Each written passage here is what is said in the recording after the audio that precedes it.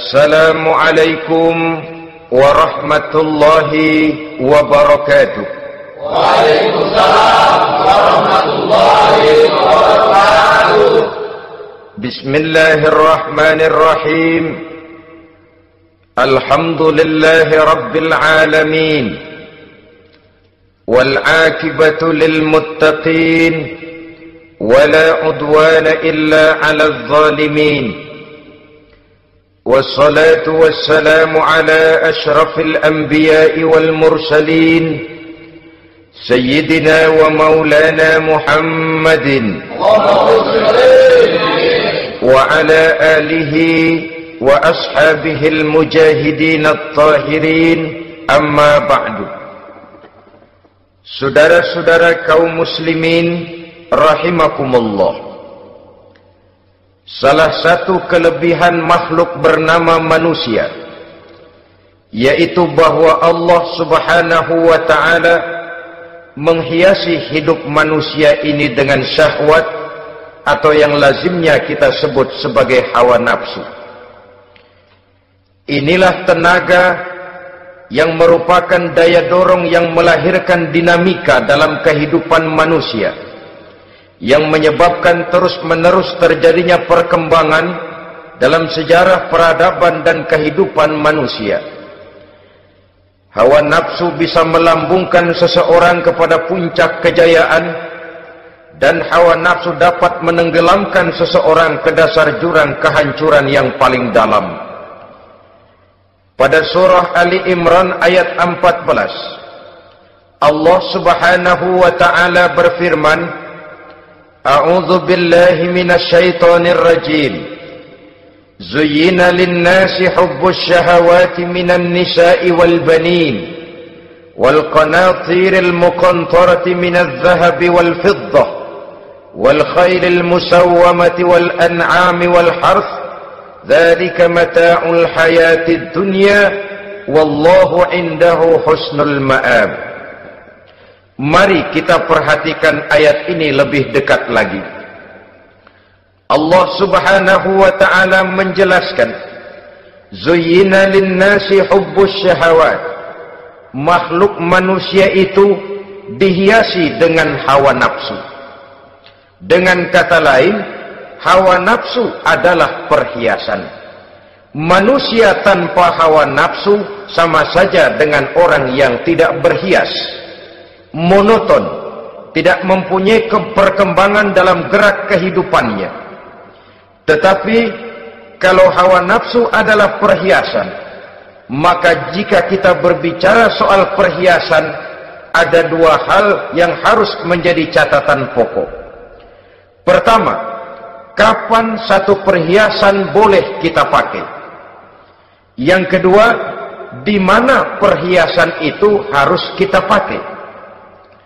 Kalau saudara berdandan rapi, pakai sepatu dengan kaos kaki, celana, jas, pakai dasi segala macam, tapi itu saudara lakukan pada saat saudara akan pergi ke WC, maka saudara sudah memakai perhiasan tidak pada waktu yang tepat. Begitupun sebaliknya, kalau jam tangan saudara pakai di kaki, kopiah saudara pasang di kaki, lalu sepatu naik ke atas jidat, maka saudara memakai perhiasan tidak pada tempatnya yang tepat. Demikian juga sifat yang bernama nafsu. Kapan dia boleh diperturutkan, di mana dia boleh disalurkan, adalah tugas daripada agama untuk mengatur syahwat atau hawa nafsu. Lihatlah kehidupan malaikat. Malaikat makhluk yang diciptakan Allah tanpa hawa nafsu. Maka kehidupan malaikat monoton. Malaikat tidak mempunyai peradaban dan kebudayaan. Malaikat adalah makhluk yang secara instinktif diciptakan untuk berbakti, tidak punya alternatif atau pilihan lain. Saudara lihat, ada malaikat yang sejak diciptakan diperintahkan untuk sujud, sujud saja sampai sekarang enggak bangun-bangun. Ada malaikat yang sejak diciptakan diperintahkan untuk tasbih, tasbih saja, yang lain tidak. Ada malaikat yang sejak diciptakan diperintahkan mencabut nyawa, nyawa saja urusannya, yang lain tidak. Pekerjaannya monoton, tetapi memang karena tidak ada hawa nafsu, tidak ada kecenderungan malaikat untuk nyeleweng. Belum pernah kita dengar misalnya ada malaikat Jibril korupsi ayat. Ini kelihatannya ayat bagus ini, nggak usah disampaikan kepada bawahan Muhammad, dipakai sendiri saja. Tidak. Kita belum pernah dengar malaikat maut keliru mencabut nyawa orang yang belum waktunya modar. Belum pernah. Malaikat itu ibadun mukramun, la ya'sunallaha fima amarahum wa yaf'aluna ma yu'marun. Maka kehidupan malaikat adalah monoton. Dinamika tidak ada, peradaban dan kebudayaan juga tidak ada. Andai kata bumi dan seluruh isinya diserahkan kepada malaikat untuk mengisinya, barangkali saudara tidak akan pernah kenal jembatan Semanggi, saudara tidak akan pernah kenal Monas, gedung-gedung bertingkat, gedung-gedung pencakar langit. Semua yang menggerakkan itu adalah karena manusia mempunyai hawa nafsu. Nah, kemudian pada kalimat berikutnya Allah memberikan rincian. Apa nafsu kepada apa yang paling menonjol dalam kehidupan manusia itu? Pertama, minan nisa, hawa nafsu kepada perempuan. Ini tentu yang ditujukan laki-laki. Dimanapun saja makhluk bernama laki-laki, kalau dia normal, tidak impoten, mesti suka kepada perempuan. Itu wajar, bin pantas alias normal.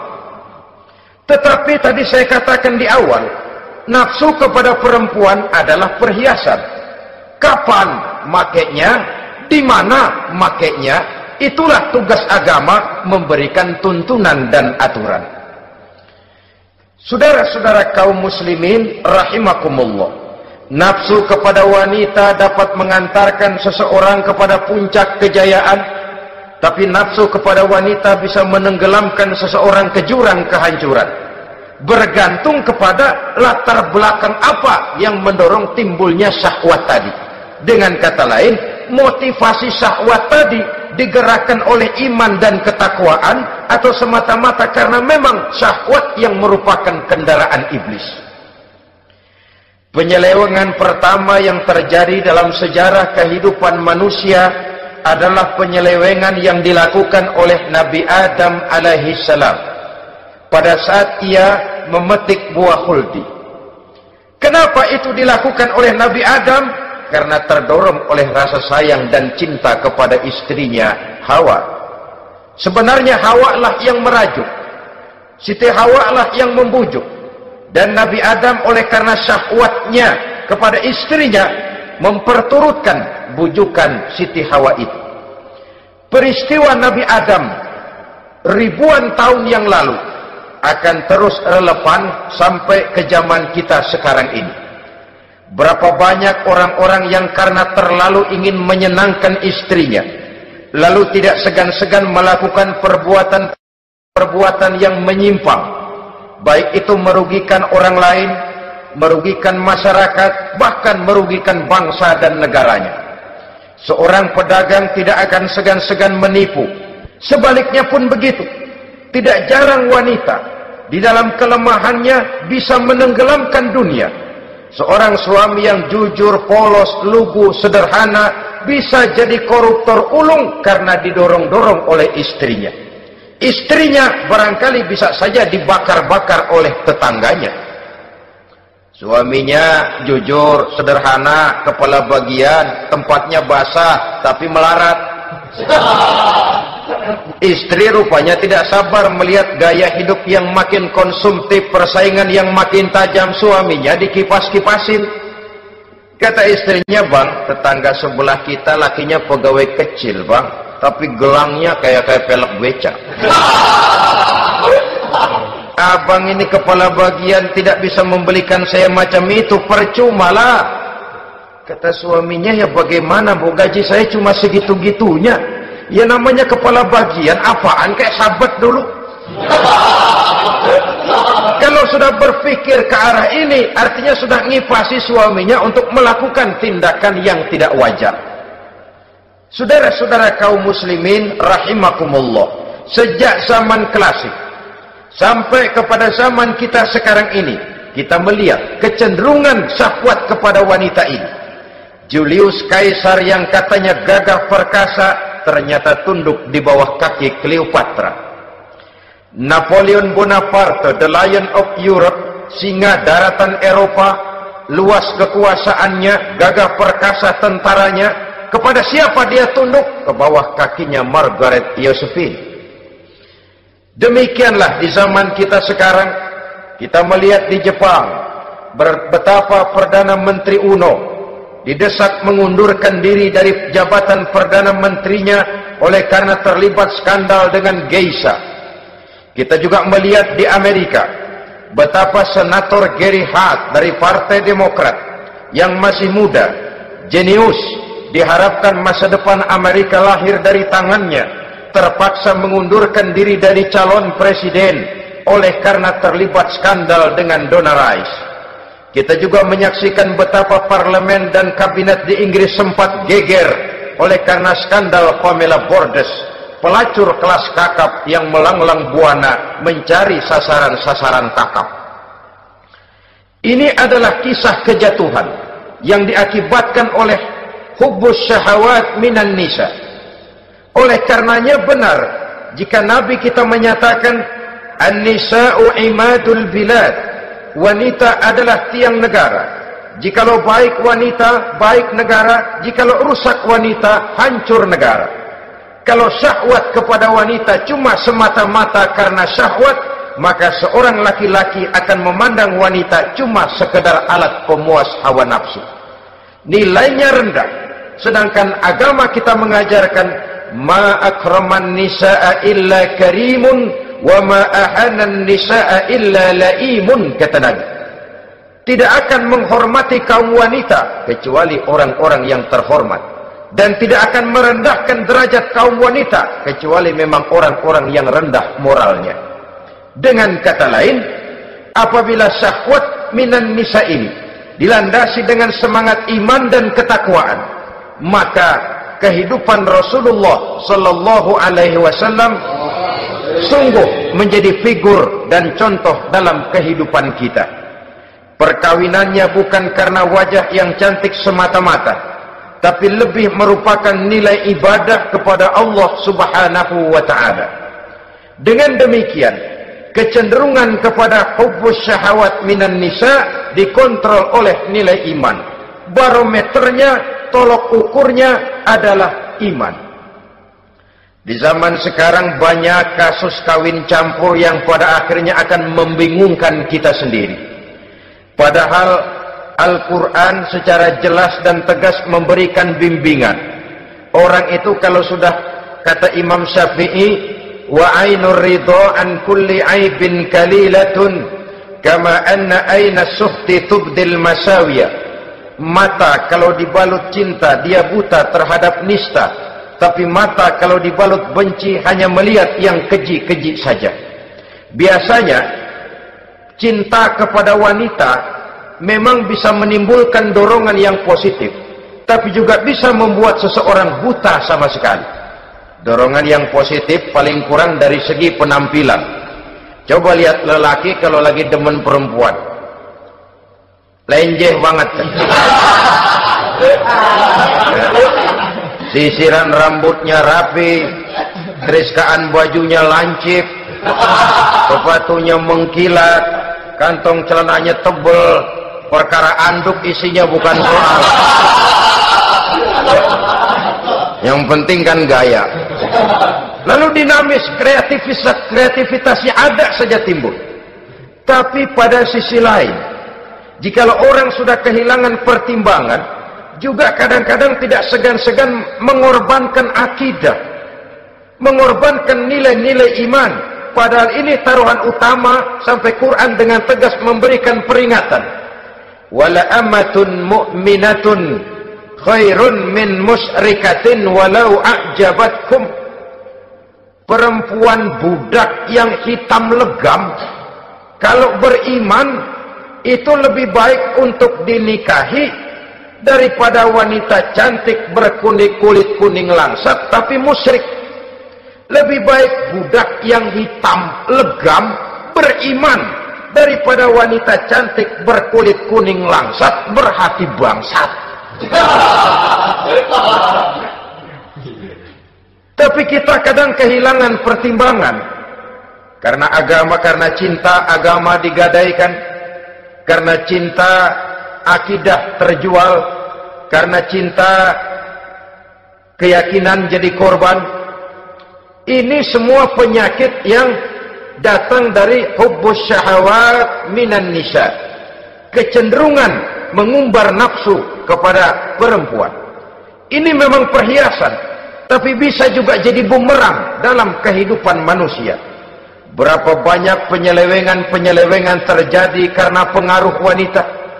Yang tidak bisa jadi bisa. Ini pengaruh di dalam kehidupan memang sedemikian besarnya. Sehingga saudara-saudara kaum muslimin, inilah yang perlu dikendalikan dalam kehidupan, kapan dan di mana. Kalau nafsu adalah perhiasan, kapan dan di mana perhiasan itu harus kita pakai, di mana dia harus kita tempatkan. Begitu juga yang menyangkut soal perempuan. Kapan? Ya kapan tentu kalau sudah nikah. Di mana? Yang jelas bukan di depan umum.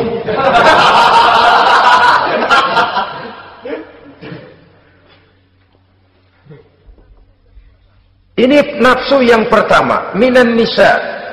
Yang kedua, wal banin.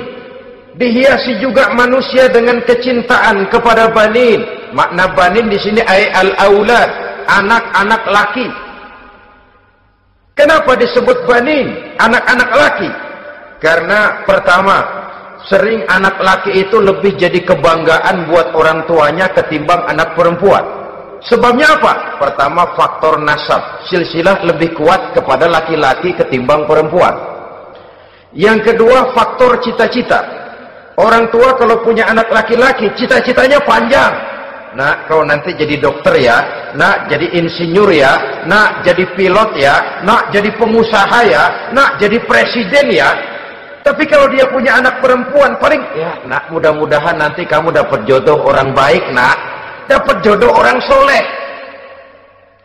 Saudara-saudara, yang ketiga, anak perempuan itu kalau sudah berkeluarga biasanya pindah kepada lingkungan keluarga lain, sehingga orang berkata punya anak perempuan banyak sebenarnya seperti agen. Artinya ada yang mau bawa, kan gitu. Ada yang minta ambil, ada yang berminat buntel. Paling dia nengokin orang tuanya ya lebaran. Ya syukur kalau sebulan sekali atau seminggu sekali, tapi minimnya kan lebaran. Dengan demikian dari garis nasab ini lebih kuat al-banin ketimbang al-banat. Manusia dihiasi dengan kecintaan kepada anak-anak. Sering karena terlalu cinta kepada anak, kita menjerumuskan anak. Terlalu sayang kepada anak, segala maunya kita perturutkan tanpa kendali dan kendala. Akhirnya sifat yang demikian itu malah mendorong anak untuk manja, tidak percaya kepada kemampuan yang dimilikinya, selalu mengandalkan kepada kebesaran, kemampuan daripada orang-orang yang dibanggakannya itu. Dan dalam kondisi demikian, kedewasaan dan tanggung jawabnya akan lambat berkembang. Maka Allah Subhanahu wa ta'ala memperingatkan bahwa harta dan anak bisa menjadi fitnah. Dalam ayat lain Allah juga memperingatkan, ya ayyuhalladzina amanu la tulhikum amwalukum wa auladukum an dzikrillah. Wahai orang-orang yang beriman, jangan sampai hartamu dan anak-anakmu memalingkan kamu daripada mengingat Allah. Jangan sampai kesibukanmu kepada anak dan harta benda menyebabkan kamu sampai lupa mengingat Allah Subhanahu wa ta'ala. Berapa banyak manusia yang tenggelam dengan melupakan Allah, jauh dari agama, jauh dari tuntunan syariat, oleh karena disibukkan oleh persoalan anak dan persoalan harta benda. Maka satu-satunya jalan, jikalau kita tidak ingin anak kita sampai memalingkan kita daripada mengingat Allah, nilai-nilai keimanan harus ditanamkan kepada mereka sedini mungkin. Dengan bekal ini, maka mereka, anak-anak kita, insya Allah tidak akan membuat kita orang-orang tua ini berpaling daripada mengingat Allah, berpaling daripada kehidupan beragama. Memang karena anaklah kita orang tua peras keringat banting tulang, pergi pagi pulang sore cari nafkah. Karena anaklah kita orang tua, kepala jadi kaki, kaki jadi kepala. Asal mereka bisa menikmati hari depan yang lebih baik dari yang kita nikmati sekarang ini. Tapi berapa banyak juga orang-orang tua yang tidak sadar akan amanah berupa anak ini. Mereka lalai, mereka bersikap masa bodoh, padahal tidak akan ada yang tidak dipertanggungjawabkan di hadapan Allah Subhanahu wa ta'ala. Orang tua bisa mendapat pensiunan pahala kalau anaknya tumbuh menjadi anak yang soleh. Tetapi orang tua pun bisa saja masuk neraka karena anaknya menjadi anak yang kurang ajar dan orang tuanya sama sekali tidak pernah memberikan pendidikan yang sebagaimana mestinya. Saudara-saudara kaum muslimin rahimakumullah, kita tentu berharap memperoleh pensiunan pahala dan bukan mendapat tambahan dosa dari kekurang ajaran anak-anak kita akibat kita sebagai orang tuanya tidak pernah mau mendidik mereka. Dalam hadis ada diriwayatkan, ada anak kurang ajar, sembahyang tidak, puasa ibadah tidak, kenal Allah tidak, beriman pun tidak, dosa kelewat banyak, kejahatan berkarat. Di akhirat nanti disidang dia, ditanya, kamu kenal siapa Tuhanmu? Tidak. Kamu tahu siapa nabimu? Tidak. Kitab sucimu apa? Tidak tahu. Kiblatmu di mana? Tidak ada. Kamu sholat? Tidak pernah. Kamu puasa? Tidak pernah. Wah, kalau begitu kamu rusak sekali. Kamu neraka. Anak ini mengajukan protes. Saya menuntut keadilan. Benar saya tidak kenal siapa Tuhan saya. Saya tidak tahu apa kitab suci saya. Saya tidak pernah mendirikan sholat. Tidak pernah melaksanakan puasa. Pendeknya tidak ibadah dan tidak iman. Tapi semua itu terjadi. Sebab-sebabnya tidak lain karena orang tua saya tidak pernah mendidik dan mengajarkan saya. Orang tua saya tidak pernah mengarahkan saya ke jalan itu. Sampailah saya seperti keadaan yang sekarang ini. Orang tua saya enak-enakan ngaji, saya teler diantepin aja. Orang tua saya memegang kitab, saya megang botol. Dia tahu, dia diam saja. Dia tahu dan dia tidak memberikan peringatan. Karena orang tua saya lah, maka saya jadi seperti sekarang ini.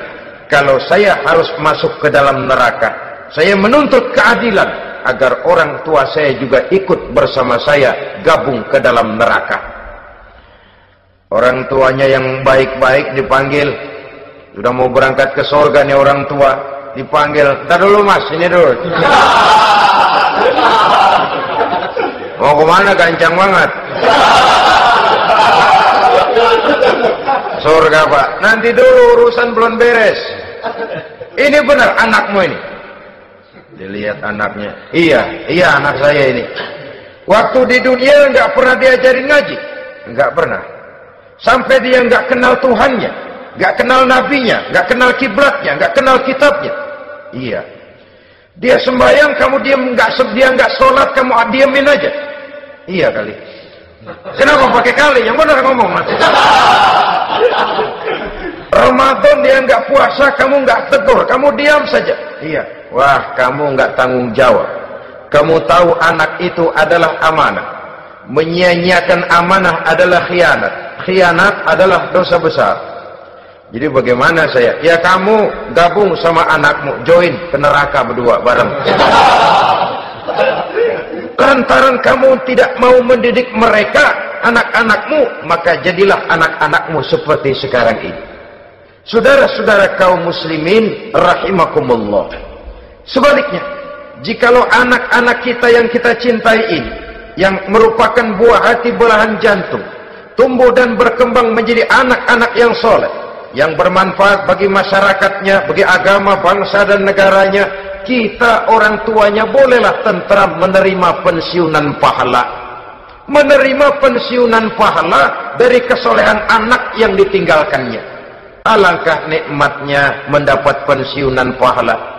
Terbaring kita di bawah pohon kemboja, nilai kebaikan kita dikenal orang, nama kita akan tetap hidup. Oleh karena kita meninggalkan anak-anak yang tumbuh menjadi generasi yang soleh, bukan anak yang salah. Oleh karenanya, kecintaan kepada anak jangan sampai membuat kita lalai dari mengarahkan mereka kepada kehidupan beragama. Di zaman sekarang ini, kecenderungan kita mengarahkan anak pun sudah kepada kecenderungan yang berbau materialistis. Maka yang ramai bagaimana anak bisa mengejar program MBA, Master of Business Administration, supaya keluar bisa jadi manajer. Bagaimana anak lalu kursus komputer, supaya keluar menjadi tenaga yang canggih di bidang komputer. Ya, kalau dia perempuan cantik, bagaimana dia bisa masuk Akademi Sekretaris and Management, supaya bisa jadi sekretaris. Atau bagaimana dia bisa masuk sekolah nyanyi, supaya nanti jadi penyanyi dengan tarik suara, uang lalu mengalir ke dalam kocek jutaan nilainya. Maka yang ramai pun hal-hal yang semacam itu. Dalam pada itu, pengajian, kursus-kursus keagamaan, study club yang membicarakan masalah-masalah agama, ramainya kadang-kadang kalau bulan Ramadan, dianggap training center. Ya lumayan, daripada tidak sama sekali mah lumayan. Tapi dengan demikian ini kan merupakan bagian terpokok dari kehidupan manusia. Alangkah idealnya jika dia mengantongi gelar MBA, Master of Business Administration, tapi punya nilai iman yang tangguh, ahli komputer, tapi punya keyakinan beragama yang mantap. Saudara-saudara kaum muslimin rahimakumullah, kecintaan kepada anak-anak sering mendorong seseorang untuk menimbulkan sifat nepotisme. Segalanya serba garis keturunan. Sejak ia jalur birokrasi sampai ke dalam kehidupan sehari-hari, nepotisme ini bisa terlihat. Orang kehilangan kondisi objektivitasnya. Mampu atau tidak, soal lain. Bidangnya atau tidak, bukan soal. Yang penting masih ada hubungan keturunan. Maka timbullah tumpang tindih untuk sesuatu pekerjaan yang tidak sesuai dengan kemampuan dan keahliannya. Di desa-desa kita melihat masjid, ketua masjid bapaknya, bendahara anaknya, sekretaris mantunya, Bilal besannya, Kulbeduk engkongnya. Pokoknya asal masih ada garis keturunan, masuk, tidak minggir. Ini pada akhirnya kurang menciptakan pemerataan kesempatan. Iyalah kalau profesinya, tapi kan jarang yang demikian itu. Kita boleh cinta kepada anak-anak kita, tapi jangan lalu mempergunakan posisi yang kebetulan kita gunakan untuk menempatkan anak-anak kita lebih dari kemampuan yang mereka miliki. Nepotisme yang lahir. Sehingga ini bukan saja tidak mendidik, tapi mengakibatkan terjadinya tumpang tindih. Tidak lagi berprinsip the right man on the right job, bahwa orang harus ditempatkan sesuai dengan keahliannya, tapi kita sudah berpikir subjektif. Ahli atau tidak ahli, asal masih berbau keturunan, ayo silakan. nepotisme yang akan lahir. Oleh karenanya, mencintai anak adalah sesuatu yang merupakan perhiasan di dalam kehidupan. Wajar, tetapi harus kita menempatkannya sesuai dengan semestinya. Ini yang kedua. Yang ketiga, nafsu yang menghiasi hidup manusia itu adalah nafsu kepada wal qanatiril muqantarati minadz zahabi wal fiddah. Al qantarah ay al malul katsir. Kecintaan, kesenangan, nafsu kepada harta benda yang banyak daripada emas dan perak. Ini tentu sesuai dengan situasi dan kondisi.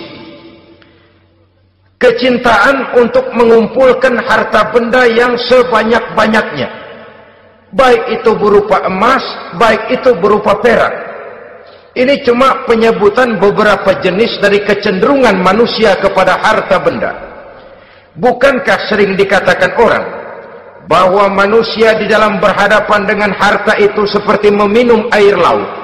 Makin diminum, makin kering tenggorokan, makin haus kita dibuatnya. Apabila watak ini kita perturutkan, maka manusia tidak akan pernah kenal puas, tidak akan pernah kenal cukup. Nabi kita memberikan peringatan, "Lau anna libni Adam wadiyani min zahabin labtagha lahuma thalisan wa la yamla'u jawfa ibni Adam illa turab."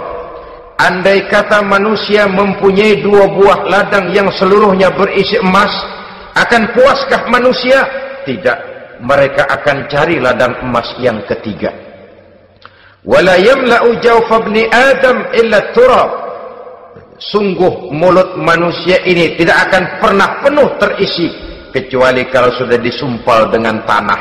Artinya kalau sudah dia dipendam di liang lahat baru cukup. Tetapi sepanjang dia masih bergerak, masih hidup dan bernyawa, masih bisa berusaha dan berbuat, dia tidak akan pernah mengenal puas. Ini akan mendorong manusia terjebak kepada menghalalkan segala cara untuk mencapai tujuan. Yang penting kaya, kan begitu. Dan cepat. Sebab sekarang orang sering motong kompas.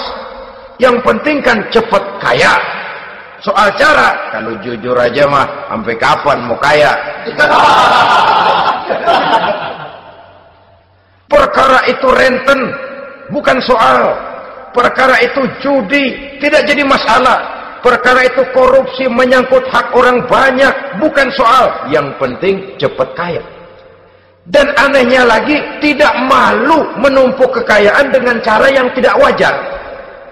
Ya kan orang hidup bermasyarakat tuh bisa dianalisa tuh. Emang usahanya apa sih? Gajinya sebulan berapa sih? Kok bisa gitu-gitu bener sih? Dari mana sih? Secara langsung orang tidak berani bertanya, tapi dari mulut ke mulut akhirnya tersebar jadi rahasia umum. Si Ano kan punya Ano, dia Anonya seano. Ini bisa jadi bahan pertanyaan dalam kehidupan, akhirnya jadi gunjingan. Orang sudah tidak terlalu peduli dari mana kekayaan itu diperoleh, yang penting kaya.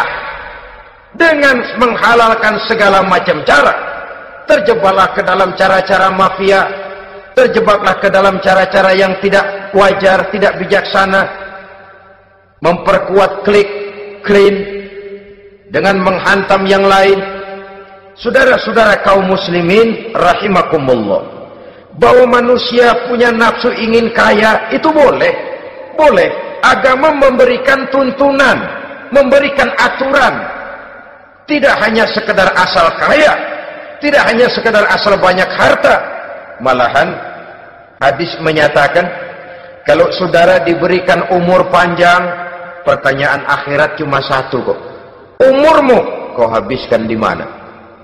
Kalau saudara diberikan amanah berupa ilmu pengetahuan, pertanyaan akhirat juga cuma satu kok. Ilmumu kau amalkan untuk apa? Tapi kalau kita diberikan amanah berupa harta benda, pertanyaan akhirat itu dua. Min aina iktasabahu wa fima anfaqahu. Dari mana hartamu kau dapat, kemana hartamu kau belanjakan. Dari mananya ditanya, kemananya juga ditanya. Depan belakang ditanya. Dan kalau mempergunakan harta untuk kesenangan syahwat, orang berani bukan main. Tapi kalau untuk kepentingan agama, yang hakikatnya untuk kepentingan dirinya sendiri, berat, seperti nyabut bambu dari ujung. Orang kalau menyumbang masjid 100.000, itu kan zahirnya memberikan panitia masjid. Tapi hakikatnya kan dia nabung buat dirinya sendiri. Seolah-olah dia cuma berkata, Pak, tolong saya titip 100.000, ini untuk kepentingan saya di akhirat nanti. Silakan uangnya mau dibelikan semen, pasir, kaca, pintu, jendela, silakan. Saya cuma titip, ini untuk saya di akhirat nanti. 100.000 Pak. Zahirnya dia memberikan kepada panitia masjid, madrasah, pesantren, yatim piatu. Hakikatnya dia nabung buat dirinya sendiri di akhirat. Malah tabungan ini bukan SDSB namanya, SDBS. Sumbangan dana berhadiah surga, itu SDBS namanya. Sekarang orang mengejar SDSB, lalu berat mengejar SDBS, sumbangan dana yang berhadiah surga langsung dari Allah Subhanahu wa ta'ala. Coba kalau dia main golf, sewa lapangan golf itu 400-500 ribu sebulan, paling 4-5 kali main. Beli stick golfnya saja sampai jutaan. Datang panitia pembangunan masjid 100.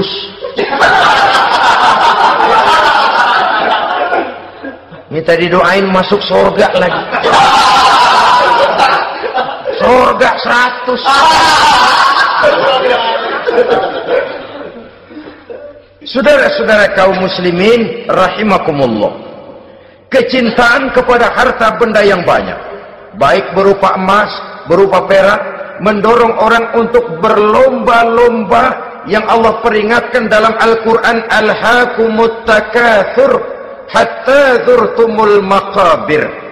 Kamu telah lalai akibat kamu berlomba-lomba memperbanyak materi dunia. Hatta zurtumul maqabir, sampai kamu dekat masuk ke liang kubur, baru rupanya sadar bahwa perlombaan ini tidak akan pernah sampai ke garis finish. Betapapun jauhnya rally Paris-Dakar, garis finishnya ada. Betapapun hebatnya medan yang ditempuh, buasnya gurun pasir Afrika, garis finishnya pasti ada. Itu kan rally yang terbuas di dunia katanya, Paris-Dakar. Tapi garis finishnya ada. Namun jikalau kita berlomba memperbanyak harta, kita tidak akan pernah sampai ke garis finish. Yang kecil-kecilan aja dah. Kalau orang ditanya, kamu kenapa sih belum mau sembahyang? Ya bagaimana mau sembahyang Pak, tinggal di Jakarta masih kontrak. Kapan habis tahun diubur-ubur yang punya rumah. Kalau punya rumah sendiri walaupun kecil-kecilan, saya mau ibadah Pak. Ya, diberikan rezeki oleh Allah, bisa bikin rumah walaupun kecil-kecilan. Belum juga mau sembahyang. Kok belum juga sembahyang? Iya Pak, rumah emang udah punya sendiri, cuman kecil Pak. Atasnya atap, kalau hujan aja bocor. Kalau bisa bikin rumah yang permanen Pak, tenang, saya ibadah, sembahyang saya rajin. Iyalah, diberikan rezeki, bisa bikin rumah permanen. Bagus rumahnya. Lain lagi. Iya, rumah sudah permanen, tembok, kubin, cuman isinya belum ada Pak, perabotannya. Kalau punya peralatan rumah tangga yang memadai, tenang, saya ibadah. Diberikan juga rezeki, bisa beli perabotan rumah tangga yang lumayan. Di atas tekelnya sudah pakai karpet, mebelnya spaghetti, tempat tidurnya alga spring bed, dan low pillow, ada kulkas, ada TV, di sebelah TV ada kunci mobil. Kuncinya mobilnya.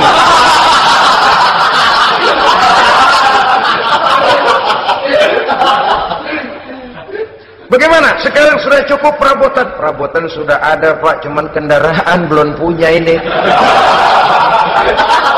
Kemana-mana masih ngukur jalanan aja. Kalau punya kendaraan enak, kemana-mana cepet Pak, mau ke masjid juga getap dah, rajin. Diberikan rezeki, bisa beli kendaraan, lain lagi nanti. Sudah punya sepeda, pengen punya motor, kepengen punya mobil, kepengen punya pesawat terbang, pengen punya kapal induk. Sudah punya kebun, pengen beli sawah, sudah punya sawah, pengen punya gunung, sudah punya gunung, laut diborong. Perlombaan materi tidak akan pernah membawa kita ke garis finish, karena sifatnya sangat abstrak, bahkan akan mendorong kita seperti gurita, cenderung kepada penyakit tamak bin rakus alias serakah. Dengan demikian saudara-saudara, bahwa kecintaan kepada harta merupakan nafsu, dan nafsu itu adalah perhiasan, dia bisa menjadi daya dorong positif. Kalau dalam upaya memperoleh harta itu kita tidak akan keluar dari tujuan keridhaan Allah. Saya cari nafkah, tapi yang Allah ridho. Saya ingin kaya, tapi dengan cara yang Allah ridho.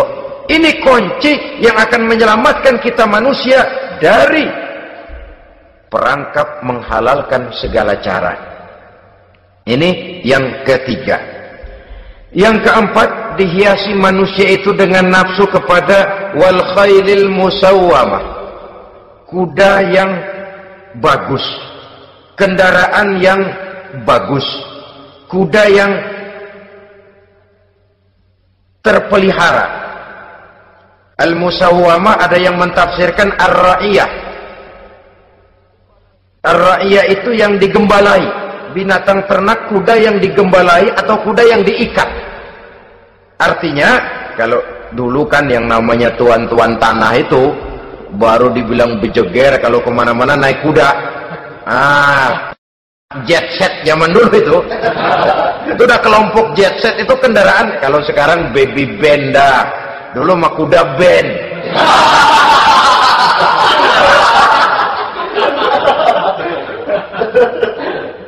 Manusia punya kecenderungan suka kepada kendaraan, apalagi di zaman sekarang ini. Wah, iklan-iklan itu kan sangat menggoda kita, melayani segala macam bentuk penjualan. Nah, ini lalu terangsang biar duit cekak. Kalau udah ngebaca itu, wah berani banget dah. Tahu duit nggak mungkin cukup, tapi begitu baca melayani segala macam bentuk penjualan dengan fasilitas ringan. Nah, jadi dah. Jadi juga punya mobil, jadi dah. Perkara utang itu bakal nyekek leher, bukan soal. Kasihan saudara-saudara kita di daerah-daerah yang terjebak kepada iklan-iklan merangsang yang akhirnya di luar kemampuan, sehingga terjebak pada saat dia harus mengembalikan kredit, dia tidak mampu, barang disita, uang hangus, nyengir deh. Bekipas sembari tahlil. Habis arang besi binasa. Bahwa kita menginginkan kendaraan yang serba baik, silahkan. Tiap akhir tahun ganti merek, keluar yang baru, ganti lagi. Itu kalau orang yang mampu. Buat kita yang tidak mampu, kenapa tidak bersyukur melihat yang lebih rendah di bawah kita? Alhamdulillah kita punya mobil, tangga kita cuman punya motor. Yang punya motor, syukur kita punya motor, bisa rada cepetan. Tangga sebelah punya sepeda, mana-mana kekejek mulu. Yang punya sepeda, alhamdulillah punya sepeda. Tangga sebelah kemana-mana jalan kaki. Yang jalan kaki, syukur masih bisa jalan. Teman sebelah lumpuh bertahun-tahun. Yang lumpuh, alhamdulillah masih hidup. Tangga sebelah kemarin out, nggak balik lagi. Saudara-saudara, saya pikir menengok ke atas itu perlu supaya ada rangsangan kita untuk maju. Tapi menengok ke bawah pun juga lebih perlu agar kita mensyukuri yang ada dan tidak suudzon, tidak buruk sangka kepada Allah. Apa yang diberikan Allah kepada kita sekarang ini, itulah yang terbaik menurut Allah untuk kita. Saudara-saudara kaum muslimin rahimakumullah, Dahulu ada seorang pemuda, matanya buta. Dia mengeluh, "Ya Allah, kenapa saya dilahirkan dalam keadaan buta? Apa dosa saya? Apa salah saya? Andai kata saya tidak buta, saya melihat keindahan alam ini, saya lebih akan bersyukur kepadamu ya Allah." Nah sudah, dia berburuk sangka kepada Allah. Satu hari, ini Raja Baduy di pedalaman mengerahkan tentaranya menculik anak-anak muda. Ini Raja Baduy ini kanibal, artinya suka makan daging manusia. Anak-anak muda ini diculik. Yang masih muda-muda ya, kalau kambing muda itu kan di sop rada sedap. Rupanya ini Raja kanibal ini begitu.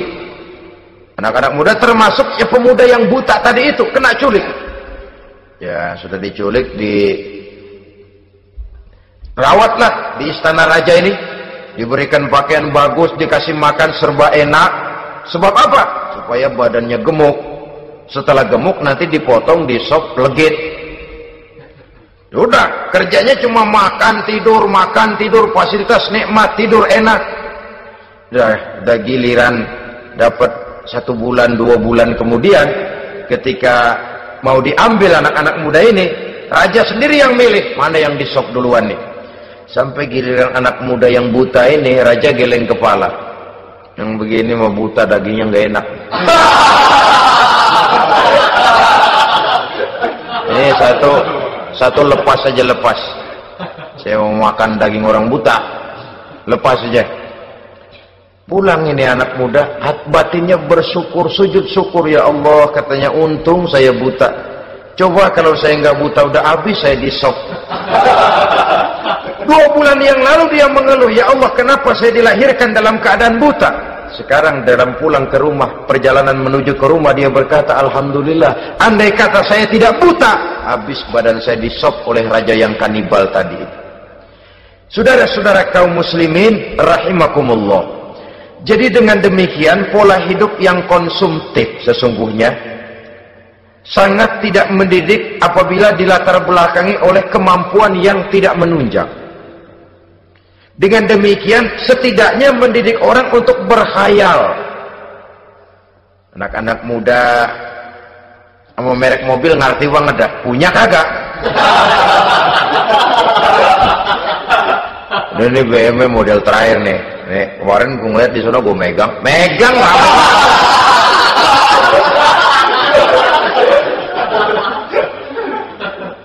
Tulul amal ini kalau tidak diimbangi dengan saluran yang positif, dia akan terjebak kepada penyakit tulul amal, panjang angan-angan.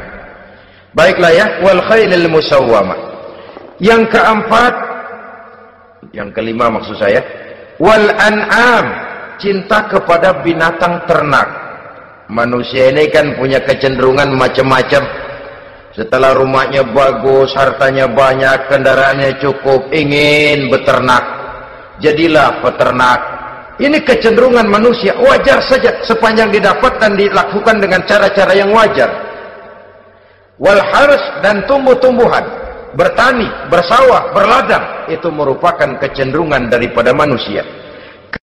Keseluruhan itu kata Allah, kecintaan kepada wanita, kepada anak, kepada harta benda, kepada kendaraan, kepada binatang ternak, kepada tumbuh-tumbuhan, dzalika, semua itu mata'ul hayatid dunya, merupakan kesenangan hidup dunia. Berapa lama kesenangan hidup dunia? Sebentar, seumur manusia. Seumur manusia. Bahkan kadang-kadang pada saat dia masih hidup pun orang tidak sepenuhnya sempat menikmati kesenangan hidup dunia. Apabila ajal datang, selesailah kehidupan dunia sampai di situ. Orang-orang kafir, buat mereka surganya di dunia ini. Bila kehidupan di dunia selesai, selesailah sudah surganya sampai di situ. Kesemua itu, kata Allah, merupakan kesenangan daripada kehidupan di dunia. Wallahu indahu husnul ma'ab, dan Allah mempunyai tempat kembali yang sangat baik. Nah, setelah Allah menjelaskan semua itu, pada ayat yang ke-15 Allah memberikan jalan keluarnya. Memperturutkan nafsu kepada wanita, anak-anak, harta benda, kendaraan, binatang ternak. Bijaksanakah itu? dalam ayat ke-15 surah Ali Imran ini Allah memberikan penjelasan tuntas. Qul a'unabbi'ukum bi khairim min zalikum. Katakan kepada mereka Muhammad, maukah kamu aku beri kabar yang lebih baik dari semua itu? Lebih baik daripada kesenanganmu kepada wanita, kepada anak-anak, kepada harta benda, kepada kendaraan dan sebagainya. Mau kamu aku beritahu yang lebih baik daripada semua itu? Jawaban tentu mau. Kalimatnya bukan ukhbirukum, a'unabbi'ukum. An-naba itu berita yang besar. Lain dengan al-khabar, itu berita biasa saja. An-naba, sehingga pembawa berita disebut nabi. Dari naba yanbi, pembawa berita yang benar. A'unabbi'ukum, maukah aku tunjukkan kepada satu berita yang benar-benar besar dan benar-benar lebih baik dari yang semua disebutkan tadi. Apa jalan keluarnya? Lillazina taqaw 'inda rabbihim jannatun tajri min tahtihal anhar. Bagi orang-orang yang bertakwa kepada Allah, mereka akan mendapatkan surga yang di bawahnya mengalir sungai. Khalidina fiha, mereka akan kekal di dalamnya. Wa azwajun mutahharah, dan mereka mendapat istri-istri yang suci. Wa ridwanum minallah, dan keridhaan daripada Allah subhanahu wa ta'ala. Kalau kamu hai orang-orang yang beriman, kalau kamu hai manusia menyangka bahwa nafsu kepada wanita, anak-anak, mengumpulkan harta benda, kendaraan yang menarik, binatang ternak dan tumbuh-tumbuhan itulah yang lebih baik untuk kesenangan dunia. Memang itu kesenangan dunia, tapi nih, seolah-olah kata Allah, nih, saya kasih tahu kamu, aku beritahu yang lebih baik dari semua itu. Apa?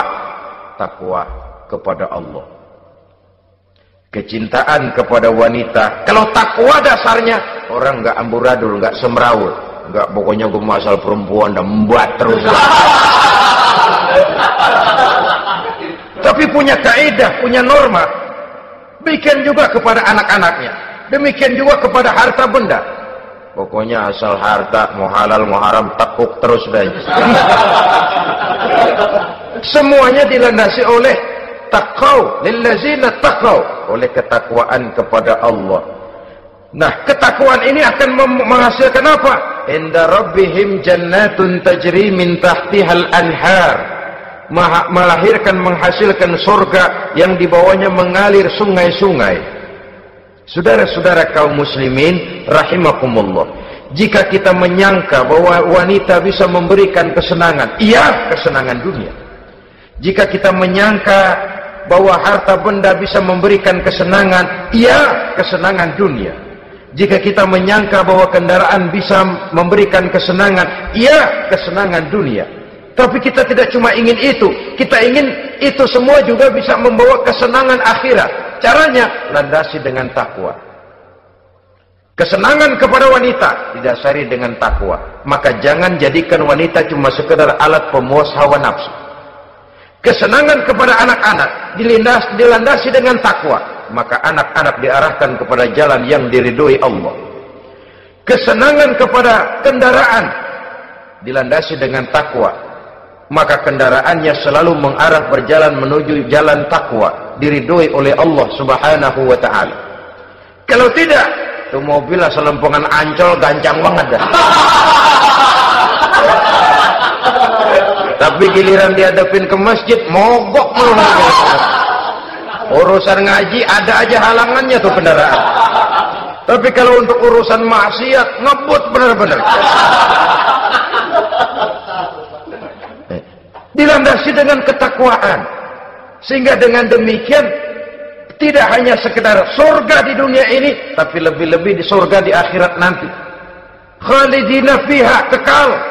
Kalau dunia ini kan zillun zail, bayangan. Hari ini kita jaya, besok kita bangkrut, siapa yang mau menghalangi? Hari ini kita melambung, besok kita nyungsep, siapa yang bisa menarik? Tidak kekal, berubah, temporer, relatif. Di sana kebahagiaan yang dilandasi dengan takwa ini sudah surga, kekal di dalamnya, azwajun mutahharah, mendapat istri-istri yang suci. Suci dalam arti belum pernah dijamah orang lain. Suci dalam arti tidak pernah terkena halangan. Seperti men misalnya. Baik menstruasi atau mencret, itu tidak.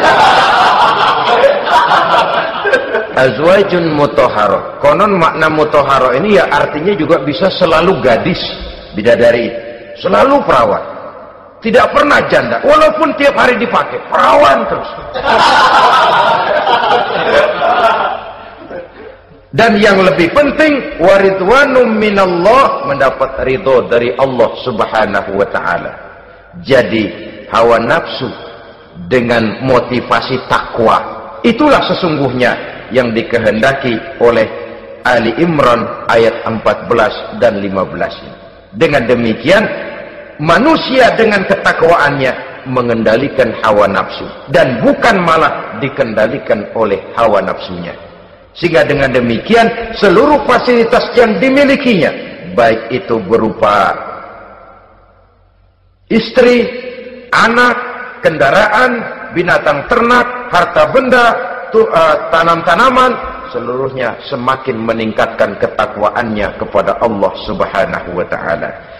Mudah-mudahan kita bisa mencapai tingkat ini, di mana kita hidup mampu dan sanggup mengendalikan nafsu, bukan malah dikendalikan oleh hawa nafsu. Terima kasih dan mohon maaf. Wassalamualaikum warahmatullahi wabarakatuh. Waalaikumsalam warahmatullahi wabarakatuh.